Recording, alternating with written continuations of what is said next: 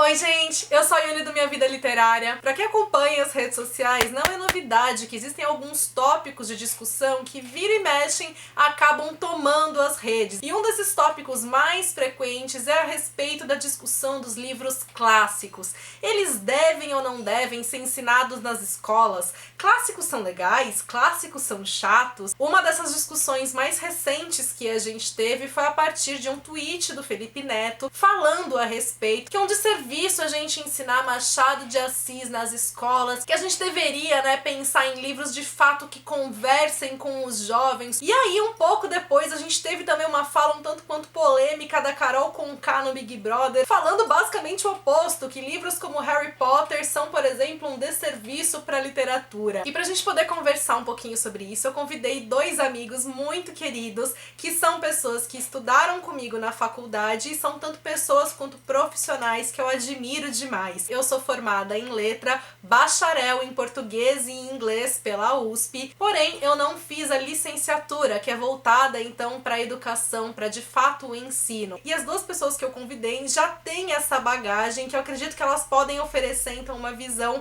um tanto quanto rica, desse debate que a gente vai ter aqui. Uma dessas pessoas é o Rafael Valim, era meu colega de turma, ele também é formado em português e em inglês, e como eu mencionei, ele também tem o diploma da licenciatura. E a Ingrid Benício é estudante de letras, ela faz português e italiano e está cursando também a licenciatura. Além disso, os dois têm uma bagagem bastante interessante, tanto como alunos egressos da rede pública de ensino, como também fizeram estágios, tiveram atuações, dando aula, estão tendo essa experiência da sala de aula. E além de tudo, no ano passado, eu ajudei a desenvolver e coordenar um curso de literatura para o projeto Educa São Paulo da USP, que oferece cursos virtuais para alunos da rede pública de ensino de São Paulo. O Rafael foi um dos colaboradores que esteve ao meu lado desenvolvendo esse curso e a Ingrid trabalhou na tutoria, então de fato participando dos chats online com os alunos para poder tirar as dúvidas deles. E eu acho que essa experiência também agregou e trouxe bastante coisa interessante para essa nossa discussão. Vem ver a discussão então logo depois da vinheta.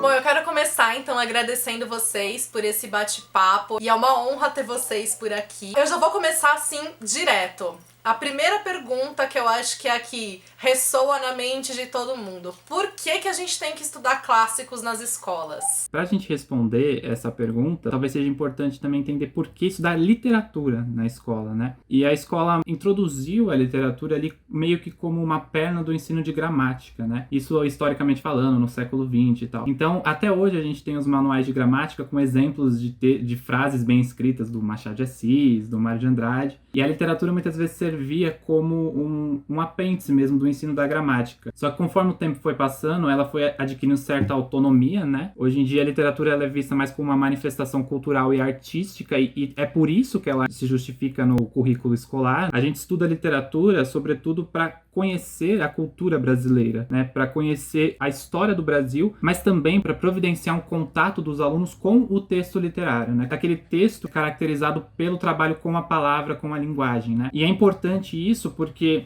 primeiro, é um exercício de cuidar da cultura para que ela se preserve, para que a cultura não seja esquecida, porque, de fato, o esquecimento é um dos grandes males, da humanidade. E a escola, ela vem, então, para que os alunos aprendam a cuidar da cultura também. E também para que essa cultura, ela tenha mais acesso e haja uma democratização. Quando a gente fala de literatura, a gente tem que ter em mente também que ela não é das artes mais democráticas, no sentido de que não é todo mundo que tem acesso à literatura, aos clássicos, igual a gente tem, por exemplo, ao cinema, que é uma arte muito mais democrática, porque está muito mais ligada à cultura de massas e tal. E isso eu falo sem juízo de valor, sem falar que uma é melhor que a outra, nada disso. E quando você providencia que os alunos estudem os clássicos, na verdade, a gente está permitindo que eles tenham acesso. Então, por exemplo, quando você dá Machado de Assis, Guimarães Rosa na escola pública, você está desprivatizando isso que é público, Porque esses autores são públicos, é domínio de todos. E se eles ficam fechados só para quem, por exemplo, para uma família que tem já pais leitores, que tem acesso à cultura com muito mais facilidade, há um problema aí, né? Porque você está tirando do povo que é dele. Então, quando a gente debate, né, por que estudar clássicos, tem muito a ver com democratização e com acesso à cultura, sobretudo. A escola é um lugar onde as pessoas vão ter contato com algo, não necessariamente apenas a literatura, mas todo o currículo escolar, de certa forma, que elas não teriam contato se não fosse através da escola, né? E como frequentar a escola é uma obrigação, todo mundo deve frequentar a escola, é uma forma que a gente tem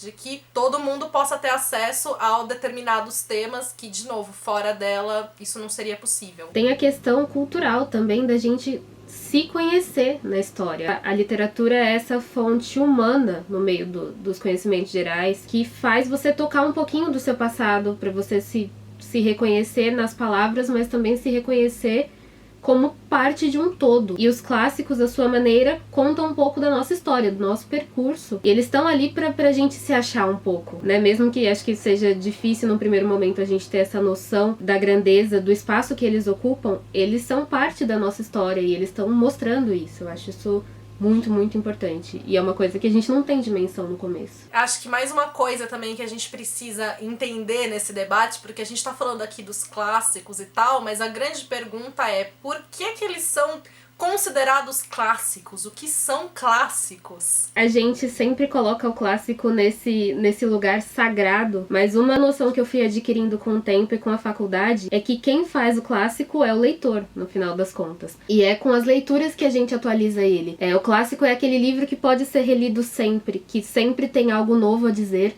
e que vai dizer do passado, mas também vai dizer muito do presente. Ele não é só aquela imagem intocável que a gente costuma colocar na cabeça e que muitas vezes o ensino coloca pra gente. Que ele é sagrado, que ele é impossível, que ele é intocável, que ele é perfeito. Nem sempre é assim. Eu acho que a gente pode encontrar problemas, a gente pode encontrar problemáticas e que enquanto ele conversar com a gente, com o que nós temos de humano, com o social, com o político, com o filosófico, ele pode ser relido, ele pode ser repensado, questionado. Eu acho que o grande exemplo que a gente tem aí é o Machado. Estudando Dom Casmurro na faculdade, eu vi o quanto as leituras é que contam a história desse livro. Ele foi mas as leituras foram imensas e elas são sempre atualizadas. Tanto que a gente vive aí perguntando, mesmo que essa não seja a grande questão do livro, se traiu ou não traiu. O clássico é um livro que a gente vai voltar nele, ele sempre vai ser uma nova leitura, mesmo que seja uma releitura. Isso que a Ingrid falou também do cânone é muito importante. Quando você é professor de literatura, você precisa fazer com que os alunos gostem do cânone e entendam a importância daquilo. Mas não entender o cânone como algo realmente fechado, né? Porque a gente sempre tem essa movimentação, né? Porque o cânone, primeiro que ele é uma palavra que vem do campo religioso, né? O cânone bíblico, por exemplo. Quais são os livros que entram na leitura bíblica, por exemplo, da Bíblia católica, da Bíblia protestante? E aí, quando você pensa num cânone, você pensa nos textos que são importantes para a humanidade por alguma questão, né, seja ela linguística, histórica, cultural, e que esses textos são tão importantes que eles merecem ser transmitidos de geração em geração. Mas a verdade é, que nem a Ingrid falou, que a gente tem que também questionar quem faz esse cânone, quem compõe esse cânone, né, que muitas vezes é um perfil acadêmico, um perfil mais voltado para o homem, branco, hétero, e isso é importante se discutir, mas também a gente não pode perder de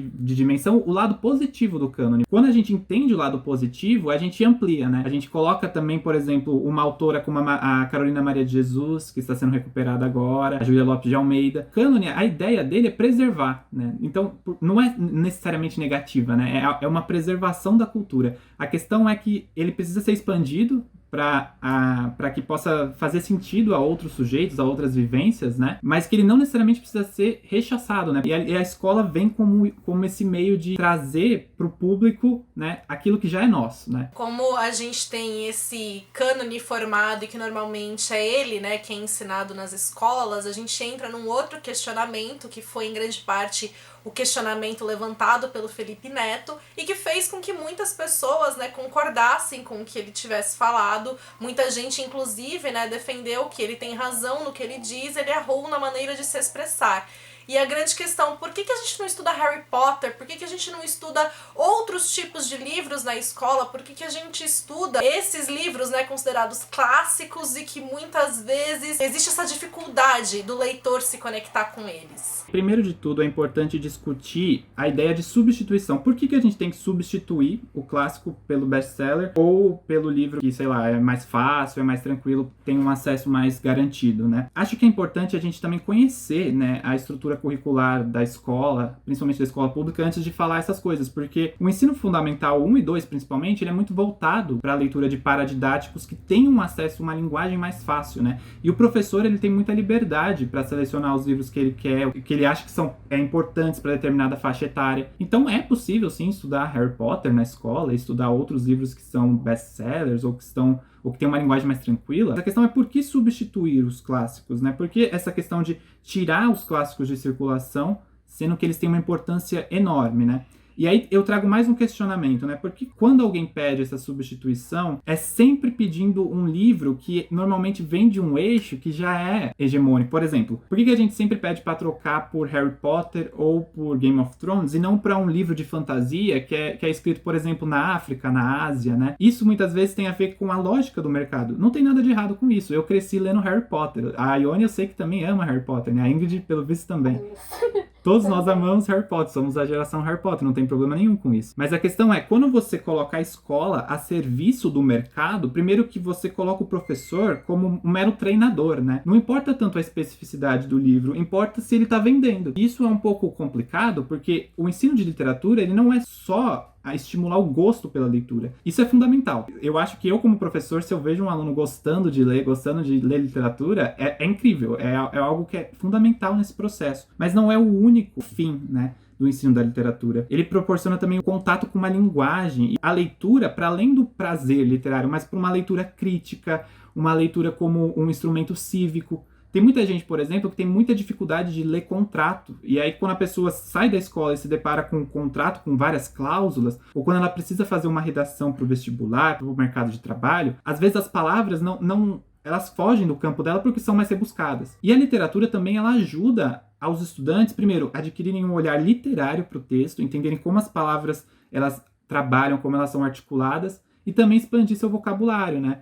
Então eu acho que isso é uma importante justificativa do porquê manter os clássicos, para além da questão cultural e do valor histórico que eles têm, né? Porque eles são textos que eles não estão restritos ao passado, né? Você pode muitas vezes trazer o Machado de Assis e depois trazer um livro mais contemporâneo que tem humor, tem a ironia. Você pode, por exemplo, trazer o Machado de Assis e pegar uma série como a Fleabag, né? Que tem também essa questão do humor, da quebra da quarta parede. Você pode fazer diálogos muito interessantes sem necessariamente tirar o clássico, né? É importante também a gente pensar, não apenas pela questão de mercado, mas a própria questão de identidade cultural hegemônica, né? Do quanto a gente está habituado a receber um determinado tipo de cultura, né? O quanto a gente cresce cercado de séries, de filmes, sobretudo estadunidenses, mas sempre também muito voltado a apresentações dentro de todos esses padrões que a gente está habituado, e o quanto isso acaba prejudicando a nossa visão com relação a outras obras, o quanto a gente tem dificuldade de olhar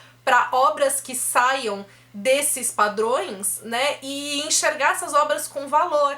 Então a gente entra aí também na questão, né, do como a própria literatura nacional, contemporânea mesmo, não necessariamente apenas a clássica, também é vista com maus olhos, é vista como inferior em relação às outras. É muito comum as pessoas reclamarem, né, de ler Machado de Assis ou outros clássicos da nossa literatura, mas acharem super chique, super legal quando a gente estuda Shakespeare ou outros grandes nomes da literatura estrangeira, né? Eu acho também que a gente tem essa noção de separar as coisas, né? A literatura estrangeira, a literatura brasileira, o best-seller do clássico.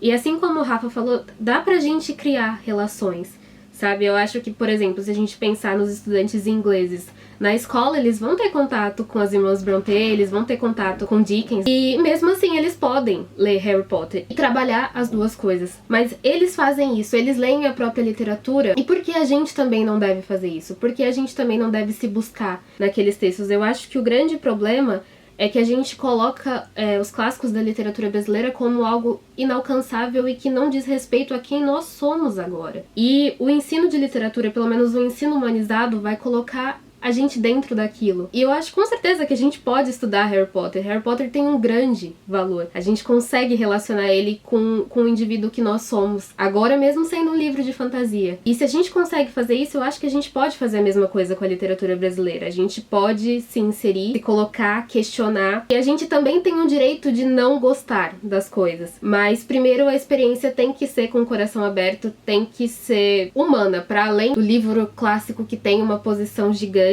que todo mundo gosta, que todo mundo ama. Eu acho que a gente precisa de um contato mais humano. Pra ser parte da história, como a gente é quando lemos Harry Potter, todo mundo aqui pode olhar e falar assim, a minha casa é a Corvinal, a minha é a Grifinória e tudo mais. A gente se coloca ali, mas é um gesto de abertura nosso. E com o clássico é possível fazer isso também. Vai demandar tempo, vai demandar um esforço diferente, porque são processos diferentes. Mas um não invalida o outro. A experiência que eu tenho com Harry Potter, a experiência que a Ione tem com um Tic não invalida a experiência que ela tem com Machado de Assis, que ela tem com Guimarães Rosa. Todas essas experiências formam lados dela como leitora diferente. A gente pode colocar as coisas coexistindo. Não precisa separar uma da outra, mas é possível reconhecer o valor das duas. Eu acho isso muito importante. Bom, eu acho que tudo que a gente tá falando aqui, né, a respeito das possibilidades de se trabalhar literatura clássica e a literatura não clássica, mostra que tudo isso é possível. Mas ainda assim, a gente tem um distanciamento muito grande dessas possibilidades com a realidade de fato aplicada. A gente tem inúmeros relatos de pessoas que se traumatizaram com os clássicos na escola, com a literatura como um todo, né, que tem aquele ranço pela leitura, não conseguem, né, realmente gostar de ler ou não se interessam pelos livros. Isso que em grande parte levou as pessoas, né, a concordarem com a declaração do Felipe Neto. E aí, né, o meu questionamento, onde está realmente o problema? O problema está nos clássicos, esses livros aqui não são possíveis de serem trabalhados, né, o porquê que existem tantos desses relatos traumáticos. Ser traumatizado com os clássicos pode acontecer com todo mundo, aconteceu comigo. Eu vivi isso na escola, eu tinha pânico de literatura brasileira, eu não me interessei por ler nada, ainda lembro de uma professora que me traumatizou com Capitães da Areia, do Jorge Amado. O problema não tá no livro, existe algo mais, sabe? A gente tem que pensar no lugar do professor. Muitas vezes o professor, ele quer transmitir esse ensino de literatura mais humanizado, ele quer colocar debates, ele quer fazer roda de conversa, ele quer promover essas relações, mas o sistema também limita. A infraestrutura da escola conta, o processo que os alunos estão passando conta, o vestibular conta. Então, se o professor promover essa relação mais humanizada com o texto e não necessariamente colocar a literatura como uma matéria de vestibular, os pais vão receber isso bem, né? Os alunos vão receber isso bem porque eles querem passar no vestibular também. Então tem um sistema em torno disso. E a questão da obrigatoriedade da literatura como uma matéria. Isso me assusta muito porque a literatura não é uma ciência exata.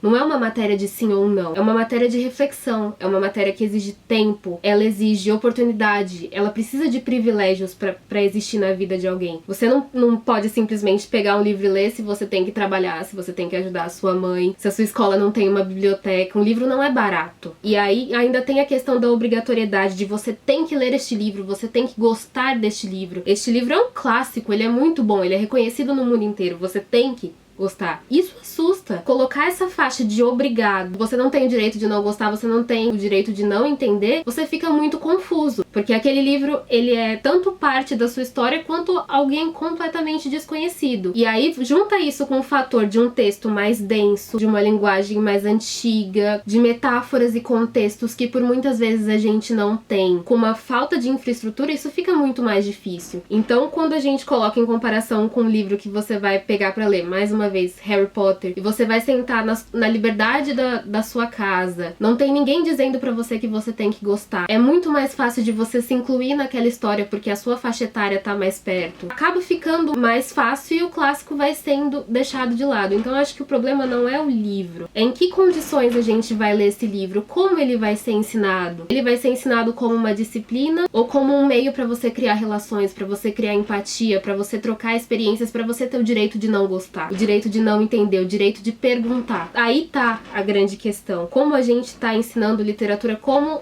se espera que ensine literatura e se a gente realmente ensina literatura. Eu acho que literatura é muito mais uma troca. Por vezes a escola, o sistema, ela não dá essa liberdade, tanto pro professor quanto pros alunos, então fica muito mais difícil. Eu acho que a gente consegue, né, até ver um pouco disso tudo que você falou na experiência que a gente teve com o Educa São Paulo, né? A troca que nós tivemos com os alunos, o retorno que eles deram pra gente, e a gente basicamente citou apenas obras clássicas, né? Foram pouquíssimas as obras não clássicas que a gente incluiu. Mostrou interesse da parte deles, fez com que muitos alunos resolvessem ir atrás daqueles livros que a gente estava citando, e não só foram atrás, mas como ficaram, de certa forma, deslumbrados quando eles leram, né? Foram livros que conversaram com eles, a partir de um contexto, né, em que a gente procurou apresentar esses livros de uma maneira diferente. Então, assim, é completamente possível, né, que um aluno de ensino médio se identifique, se envolva com um livro considerado clássico que parece assim tão distante, quando a gente consegue apresentar esse livro num contexto diferente daquele limitado da escola, né? Porque a forma de como a gente apresentou também, com aulas virtuais, foi muito diferente do que se a gente estivesse realmente em sala de aula, tendo às vezes um cronograma a cumprir, um determinado horário. A gente fez pensado nisso, e a gente sabe que a realidade da escola nem sempre permite isso por conta, né, do próprio sistema, como a Ingrid mencionou. Especialmente na monitoria, a gente tinha uma relação muito de igual para igual com os alunos. Chegaram alunos que falaram, eu adoro esse livro. E eu falei, nossa, esse livro não funcionou pra mim, com clássicos e contemporâneos. Essa relação de igual para igual, de você falar e de você ouvir, principalmente, eu acho que é muito importante na fase em que os clássicos são introduzidos. Ouvir a opinião deles, validar a opinião deles. Acho que a gente tem também essa tendência de, não, vocês não entendem nada, vocês não são bons o suficientes para lerem esse livro quando não gostam. Isso é muito errado e muito injusto. Acho que todas as opiniões têm que ser validadas. O Machado foi, assim, o grande exemplo de gostar do livro e ter a leitura X. E isso não fecha a possibilidade da pessoa com aquele livro. Às vezes você leu numa primeira e não gostou, mas você pode voltar e reler. Eu acho que a oportunidade está sempre ali. Quando a gente troca, eu acho que eles se sentem mais à vontade para falar, esse eu queria tentar de novo, esse eu não tenho muita vontade de ler. E tá tudo bem. Eu acabei conversando com uma aluna que veio me perguntar de Grande Sertão Veredas. Veio na ponta da língua pra eu falar pra ela. Guimarães Rosa foi um trauma pra mim na primeira vez que eu li. Eu li pro vestibular. Assustou. Eu li 3 vezes o começo do livro e não conseguia entender nada. Hoje em dia eu estudei Guimarães Rosa, fiz pesquisa sobre. É o livro da minha vida, é o Grande Sertão. E aí a aluna leu o Grande Sertão. Ela voltou, ela foi atrás de mim depois no Instagram e falou assim, eu li Grande Sertão Veredas. Isso uma adolescente de 16 anos, plenamente capaz, e amou, sabe? E ela vai poder voltar no futuro e ler de novo. Tudo por causa da troca, pela maneira que as coisas foram introduzidas, porque a gente conversou de igual para igual. Eu não detenho todo o conhecimento porque eu sou professor e o aluno não sabe de nada só porque ele não leu. Sabe? Eu acho que isso acaba sendo muito injusto pros dois lados. E eu acho que a fala, tanto de vocês duas, né, evidencia que o problema não é o objeto, é a metodologia. Por exemplo, o Felipe Neto, eu acho que ele errou muito em citar justamente Machado de Assis e Álvares de Azevedo, que são os queridinhos dos alunos, né? Normalmente, os alunos gostam muito mais com facilidade desses escritores. O Machado, pelo jeito irônico dele, o debate, né, sobre traiu ou não traiu e tal. E o Álvares, por ser esse escritor meio gótico, meio sobrenatural. Os alunos amam isso. E eu acho que nós somos alunos de letras, né? Não importa quão legal seja o livro, se a gente tiver que ler esse livro em uma semana resumindo e fazer uma prova, a gente não vai gostar tanto da experiência, né? Então eu acho que é importante, primeiro de tudo, a gente acha que o ensino de literatura é o ensino de escola literária, e isso talvez seja um problema que precisa ainda ser debatido, né? Porque muitas vezes a escola, ela coloca os livros numa caixinha que é a escola literária, né? Então você lê o romantismo, você tem as características e os livros servem para exemplificar. É muito raro você ter aula de literatura na escola, isso eu falo talvez pela minha experiência, pela experiência que eu acompanho nos estágios, né? Uma aula em que você, de fato, para tudo que está fazendo para ler, para saborear aquilo que é a escrita, né, a palavra, né? E a aula de literatura tem que ter como eixo o texto literário. Então, se Machado de Assis está sendo difícil para a leitura, por que não lê-lo em sala de aula, ler um conto do Machado em sala de aula e fazer essa troca que a Ingrid propôs, né? É muito melhor do que você chegar e pedir pro aluno ler um livro para fazer uma prova somente, né? Pode aplicar a prova, não tem problema. Mas se a prova é o fim, o objetivo, a gente acaba muitas vezes deixando o próprio prazer das palavras de lado, né? E é importante, então, ver na literatura o ato humanizador que é ler. Ler, entender esteticamente é um ato de se humanizar também. Você sente prazer entendendo a construção das palavras, assim como você sente assistindo um filme, por exemplo, né? Quando você traz para o centro da aula, você permite que os alunos também entendam e opinem sobre ele, né? E agora aqui eu queria pedir para vocês deixarem dicas, recomendações para quem quer ler clássicos e tá com aquele receio, medo de se traumatizar. O que vocês acham que é mais válido para que isso não aconteça?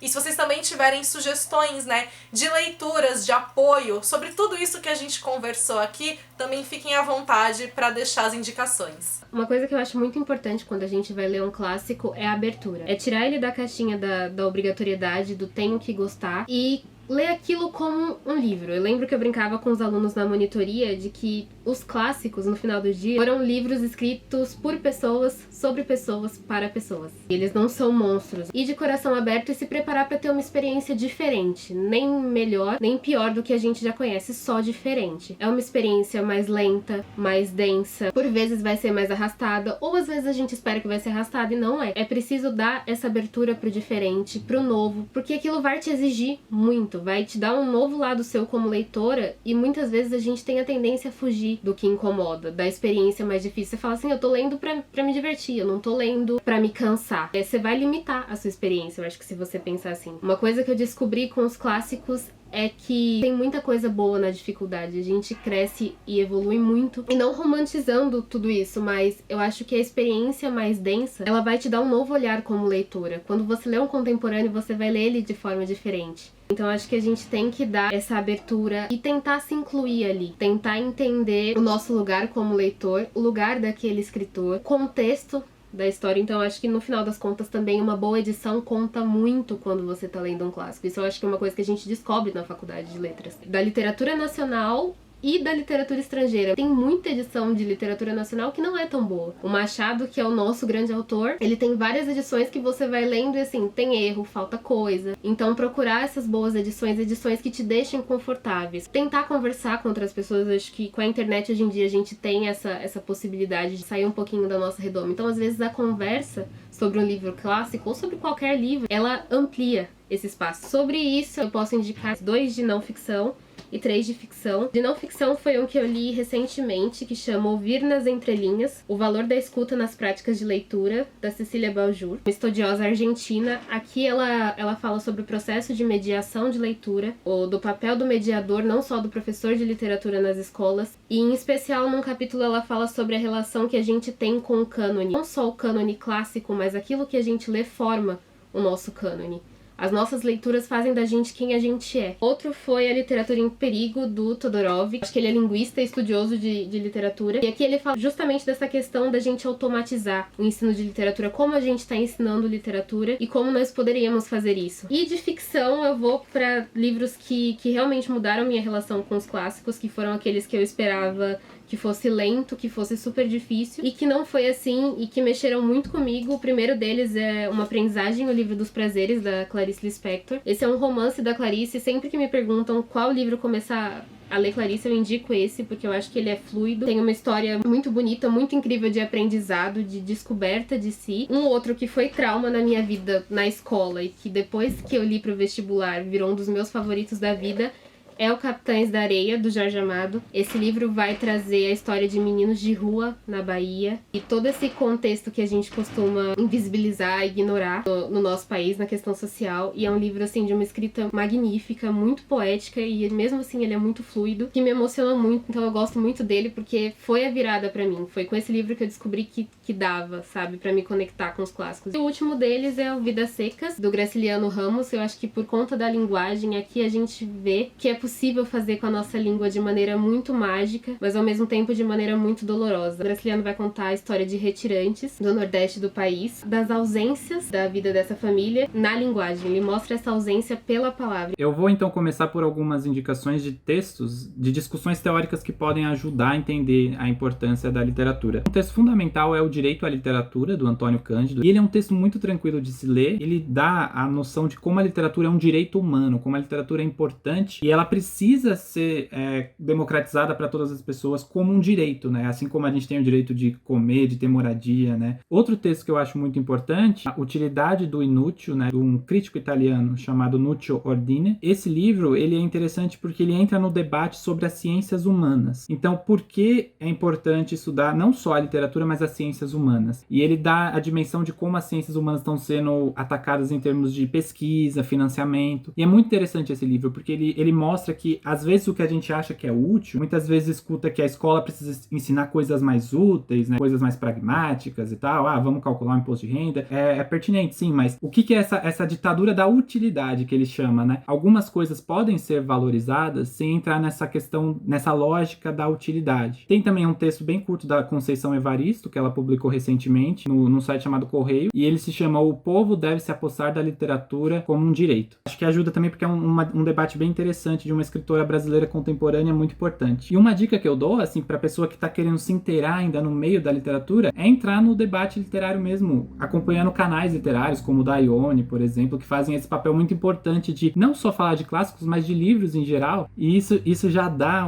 uma inserção, né? Porque às vezes a pessoa gosta de ler ou quer aprender a gostar de ler e não tem um contato com pessoas que têm o mesmo hábito. E aí na internet isso é possível. Até mesmo clubes literários às vezes ajudam, né? Clubes de leitura. Recomendações de livros eu tenho muitas, mas eu acho que depende muito do seu gosto, né? Se você gosta mais de livros, por exemplo, de fantasia ou de terror, é sempre bom começar com Edgar Allan Poe, por exemplo, que as pessoas costumam gostar bastante. Eu acho que é muito bom também começar por contos, né? Contos acabam sendo uma leitura mais breve e ajuda também a adquirir esse hábito de leitura. Então, os contos da própria Conceição Evaristo, do escritor russo chamado Nikolai Gogol, é muito bom também. São contos fáceis de se ler, divertidos. Em relação a romances, eu acho que dá pra ler também distopia, né? Distopia sempre é algo da moda. Tem o 1984, do George Orwell, o Fahrenheit 451, do Ray Bradbury, que é muito importante também. Literatura inglesa, clássica, costumam ser interessantes para os alunos. Eu acho que eles gostam muito de Jane Austen, por exemplo, das Irmãs Brontë, do Charles Dickens. Então esses livros eles são mais focados no enredo, são leituras boas para criar esse hábito, né, com os clássicos. E para poesia, eu acho que é importante também falar de poesia. Eu gostaria de recomendar o livro da Ana Martins Marques, que é uma poetisa contemporânea, né? É um clássico, se a gente pensa assim, um livro que nasceu clássico, né, que já tá todo mundo falando sobre ele, que é o livro das semelhanças. Ele incentiva assim a entender a poesia por uma outra forma. E aí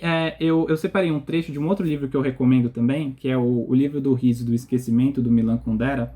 E esse trecho eu acho que ele dá a dimensão do porquê é importante ensinar a literatura e a história, a cultura, né, dos povos, né? Para liquidar os povos, começa-se por lhes tirar a memória. Destroem-se seus livros, sua cultura, sua história. E uma outra pessoa lhes escreve outros livros, lhes dá uma outra cultura e lhes inventa uma outra história. Em seguida, o povo começa lentamente a esquecer o que é e o que era. O mundo à sua volta o esquece ainda mais depressa, né? Nesses dias que a gente vive muito essa síndrome do esquecimento da própria humanidade, da própria história, a literatura é um ato, então, contra esse esquecimento, né? Ela é um ato de memória, de tradição. Por isso também eu acho importante perpetuar esse ensino na escola, né? Gente, muito obrigada por esse bate-papo, foi extremamente rico. Se vocês quiserem agora, né, encerrar dizendo também onde as pessoas podem encontrar vocês online, caso as pessoas queiram trocar figurinhas, né, conversar sobre literatura, esse é o momento. A gente que agradece, Ione, é muito, muito importante assim, estar aqui com você, é uma pessoa que a gente admira bastante também. Se quiser me encontrar, é só ir no meu Instagram, acho que é o meio mais fácil, né, de me contatar, é Rafael com PH, _Valim, com M. Eu que agradeço, fico muito feliz de poder participar de algo assim, de poder expressar o nosso lado também, como profissionais e como leitores, num lugar tão especial, e eu admiro muito você, então eu fico muito, muito feliz. Se alguém quiser me encontrar pra conversar, pra falar de livro, pra reclamar de livro, pra pra tudo. O meu Instagram é @Ingrid_Benício. E é isso. E se vocês gostaram desse vídeo, espero que tenha sido proveitoso pra vocês também. Aproveita, deixa aqui a curtida de vocês. Vamos ajudar a fazer esse vídeo chegar em mais pessoas. Deixando a curtida, vocês também ajudam muito o meu trabalho. Se você tá chegando por aqui agora, seja muito bem-vindo, seja muito bem-vinda. Aproveita, se inscreve, ativa o sininho pra não perder nenhuma notificação. Me acompanha também nas redes sociais, que a gente costuma ter um contato mais próximo por lá. Beijos pra todo mundo, até o próximo vídeo.